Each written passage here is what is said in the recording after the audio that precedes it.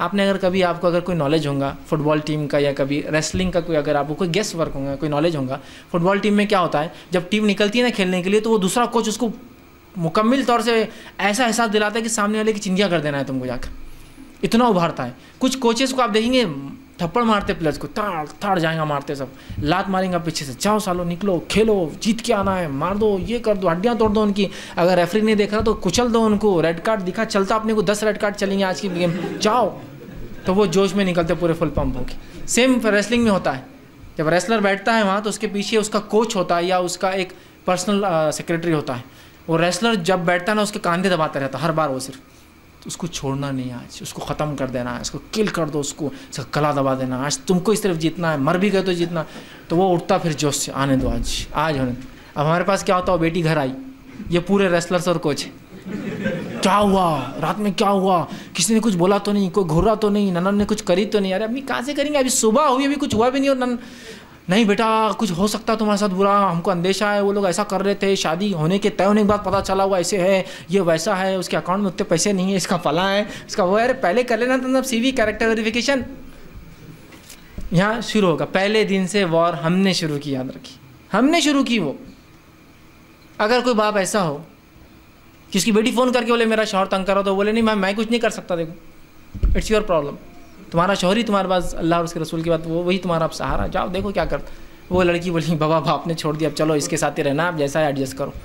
میں بتانا چاہ رہا ہوں عورتوں کو ظلم سہو نہیں کہہ رہا ہوں, میں کہہ رہا ہوں کچھ چیزیں ایڈجسٹمنٹ کے بعد ہی, کچھ اچھائیاں کچھ تکلیف کے بعد حاصل ہوتی ہے. میرٹ آنے والا بچہ دن رات سو کے میرٹ نہیں آتا, پوری کوشش کر کے آتا ہے. تو آپ کو کیا لگتا ہے 2 دن میں جا کے اپنی ماں کی سی پوزیشن آپ اس گھر میں حاصل کریں گے, جیسے آپ کی ماں ہوتی ہے نا اس گھر کے اندر, آپ کا باپ بھی اس کے ماتحت, آپ کے بھائی اس کے ماتحت, پوری سربراہ بنی ہوئی. یہ بہت بڑی غلط ایک سسٹم ہے ہمارے معاشرے میں کہ عورتیں ہمارے گھر کے رہبر اور سربراہ. تو یہ لڑکی کو بولتی بیٹا وہ گھر میں بھی جاتے تو نے ایک دم دھاک جما دینا. وہ یہ نہیں دیکھتی کہ آپ کی ماں نے 30 سال لگے جب اس پوزیشن میں آئی, تو آپ کو بھی کچھ وقت لگے گا نا. تو بس وہیں سے بہکانا شروع, وہیں سے وہ جوش دلانا, جاؤ آج کچھ ہوا تو میں ہوں پیچھے. وہ ایک فون بیٹے مس کال صرف, پھر دیکھو کیسی آنکھ لگاتا ہوں میں, ٹھیک. تو ہم بہکا رہے ہیں اس کو. اگر بیٹی آ کر یہ کہہ رہی ہے کہ میرے ساتھ اچھا سلوک نہیں ہو رات میں, تو باپ یہ بولے بیٹا ایک رات تو آپ کو کیا پتا اچھا اور برا سلوک کیا ہوتا ہے, کم آن, یہ تو کوئی طریقہ نہیں زندگی, جاؤ. سمجھ رہے. ایک بیٹی آ کر بول رہی ہے اپنے ماں سے 6 مہینے بعد آ کر بول رہی کہ اس گھر میں یہ تکلیف ہو رہی, ماں سمجھا رہی بیٹا یہ تکلیف کچھ بھی نہیں ہے, یہ تکلیف عام ہے, یہ تکلیف نہیں بلکہ یہ زندگی ہے, یہ زندگی ایسی ہوتی ہے, لوگوں کے مزاج ایسی ہوتے ہیں, سمجھو اس کو. وہ سب مزاج ختم ہو گیا. ہم سب سے پہلے لڑاتے, بھائی اس کو بڑا بیٹے بہن بیٹے باجی تم کچھ بھی ہو نا بول دو, بہن بھائی کو تو ایک ہاتھ کیسے میرے, وہ ہاں چھوڑنے والا نہیں, آپ اس کو لڑا رہے ہیں. پھر ظاہر سی بات ہے اس کو پتہ چلتا ہے شوہر کو بات, وہ بھی جوش میں آتا, پھر اس کے بھی بھائی رہتے, اس کی بہن بھائی ہے, اس کے بھی رشتہ دار ہے, اس کی بھی جان پہچان ہے, اس کا بھی اثر رسوخ رہتا ہے, ایسا تھوڑی ہوتا ہے. تو یہ اگر رشتے کو اگر محبت میں ڈھال دیں, اور ہم 2 فریق سسرال والے وہ ریفری جیسا کام نہ کرے جو فٹ بال ٹیم کو ریسلرس کو لڑانے کا کام کرتے ہیں, بلکہ وہ پیسیفائی کرنے والا کام کریں, وہ سمجھانے والا کام کریں. جیسا کچھ گیمز میں ہوتا ہے وہاں گرم ذہن سے نہیں, وہاں ٹھنڈا دماغ رکھنا پڑتا ہے. تو وہاں کا کوچ الٹا کام کرتا ہے, وہ ہر بار جا کے بولتا پانی پیو, اور کیا پاگل ہو گئے کیا, غصے کو سر تھوک دو, اور اچھے سے کرو فلاں.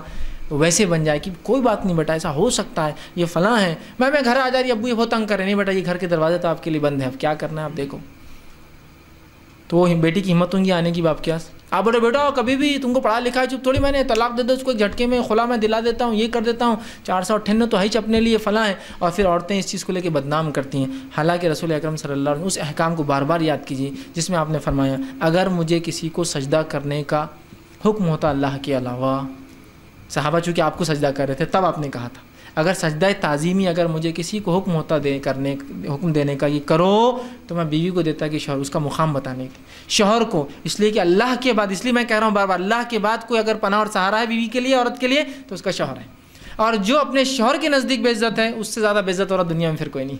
اس لیے کہ اللہ کے رسول صلی اللہ علیہ وسلم نے فرمایا کہ اگر کوئی شوہر کسی بیوی سے ناراض ہو, صحیح روایت ہے, تو جب تک وہ ناراض ہوتی ہے اس کی نماز اس کے کانوں سے اوپر نہیں جاتی ہے. اللہ اس کی نماز فرض کو قبول نہیں کرتا. آپ اندازہ لگا سکتے ہیں اس کے فرض قبول نہیں ہوتا. آپ کو اپنے شوہر کو بدنام کر رہی ہے, اسے کیا قبول ہوں گے؟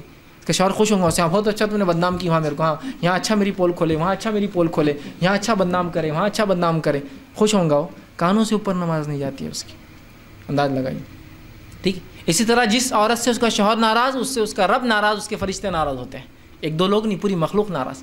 اور جب فرشتے ناراض ہوتے ہیں تو محبت اور نفرت دونوں فرشتے لاتے. معلوم اللہ جب کسی سے محبت کرتا تو جبرائیل کرتے, جبرائیل کرتے تو فرشتے, فرشتے کرتے تو انسان کرتے. اللہ نفرت کرتا تو جبرائیل, جبرائیل کرتے تو فرشتے, فرشتے کرتے تو انسان.